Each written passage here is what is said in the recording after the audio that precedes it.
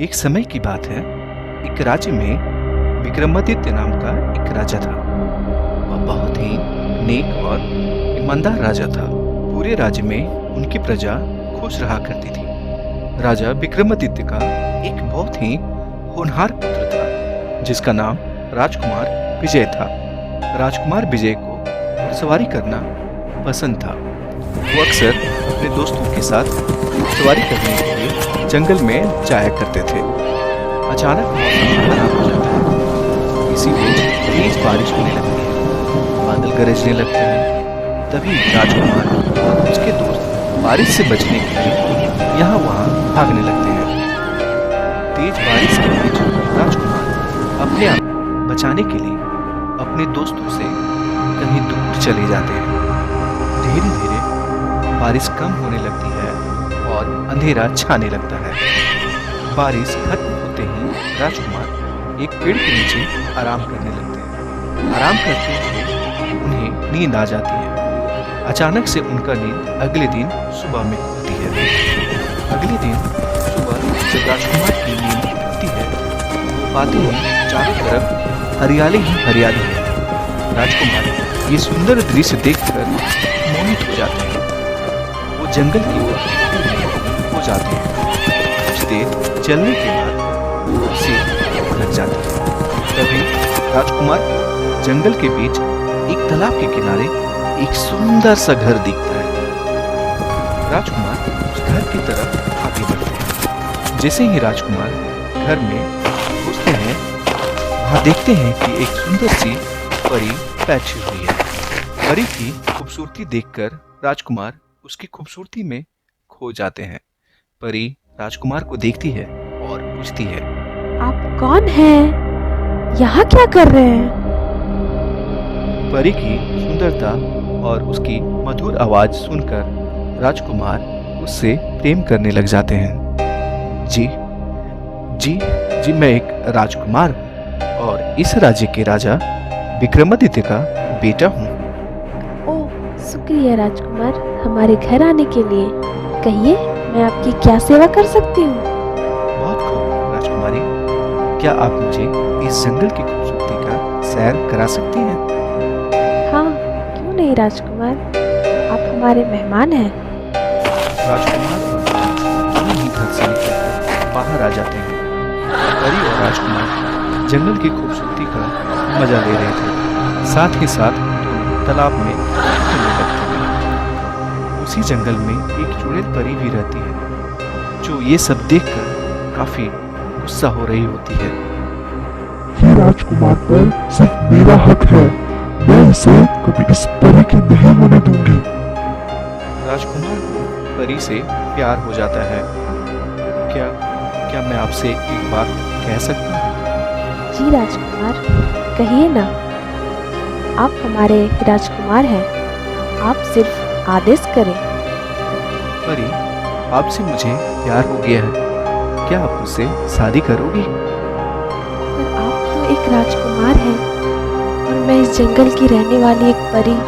प्यार तो मैं भी आपसे करती हूँ राजकुमार, पर हम दोनों का मिलना संभव नहीं है।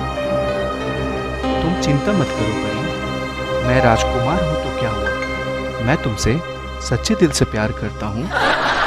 राजकुमार और परी दोनों आपस में शादी कर लेते हैं और दोनों उस जंगल में खुशी से रहने लगते हैं। ये कैसे हो गया? परी और राजकुमार की शादी हो गई? मैं इस शादी को कभी कामयाब नहीं होने दूंगी। परी, मैं तुम्हें नहीं छोड़ूंगी। तुम्हें मारकर राजकुमार को अपना बनाऊंगी। परी के प्रकोप से राजकुमार के राज्य में चारों तरफ अशांति फैल जाती है। सारी प्रजा बीमारी, भूखमरी से गुजरने लगती है। चुड़ैल का श्राप पूरे राज्य पर एक ग्रहण की तरह लग जाता है।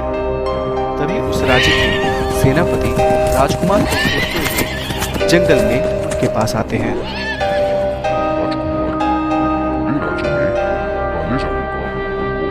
दिया है। आपको महाराज ने शीघ्र ही महल में प्रस्थान करने को कहा है। ऐसा क्या हो गया है सेनापति?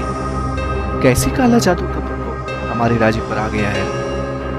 राजकुमार, बस आप ही इस मुसीबत से पूरी प्रजा को निकाल सकते हैं। सारी प्रजा आपका राह देख रही है राजकुमार। राजकुमार और सेनापति राजमहल की ओर चल देते हैं। राजकुमार अपनी प्रजा को इस मुसीबत से बचाने के लिए दिन रात मेहनत करते हैं। उसी बीच चुड़ैल परी परी रानी को बंदी बना लेती है।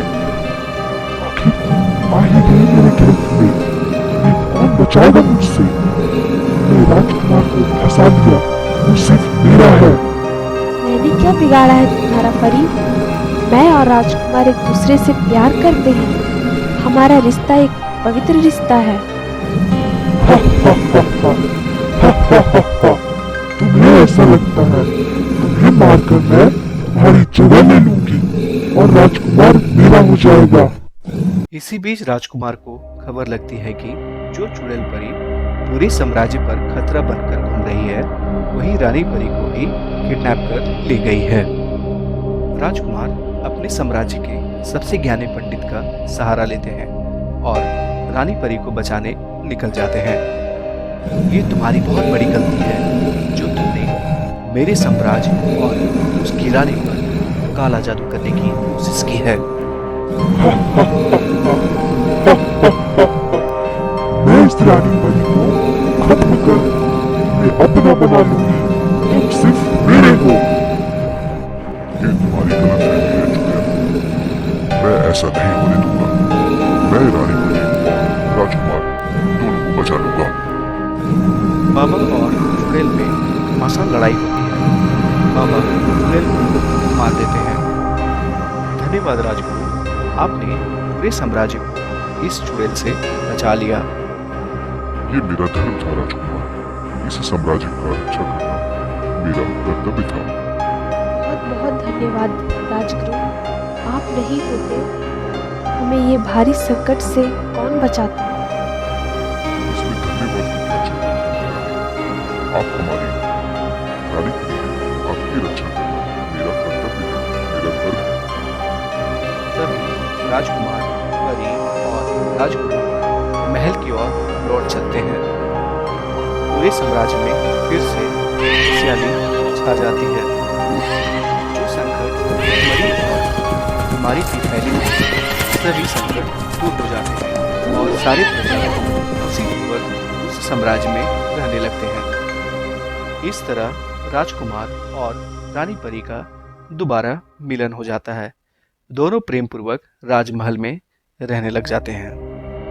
दोस्तों, ऐसी कहानियाँ और भी आप सुनना चाहते हैं तो मेरे चैनल को जरूर से लाइक करें, सब्सक्राइब करें, बेल आइकन का बटन जरूर दबाएं ताकि आने वाले वीडियो का लेटेस्ट नोटिफिकेशन आपको मिलता रहे। जय हिंद दोस्तों।